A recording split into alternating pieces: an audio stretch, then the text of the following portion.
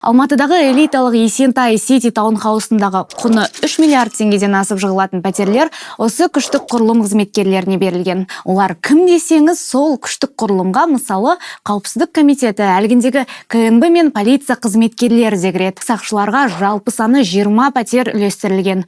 Олардың ауданы 120 шаршы метрден 300 шаршы метрге дейін жетеді.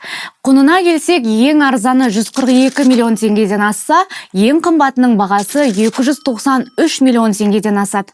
20 пәтердің 16-сы мемлекеттік органдарға беріліп қойған. Сауда-саттық қаңтар айының басында жүзеге асқан, ал қалған 4 пәтер енді үлестірілетін сияқты. Мұндай керемет үйлердің КНБ мен полиция қызметкерлеріне қандай мақсатта берілгені белгісіз. Іші тіпті сыланбағанын ескерсек, жөндеу жұмыстарына да біраз қаржы кетері анық.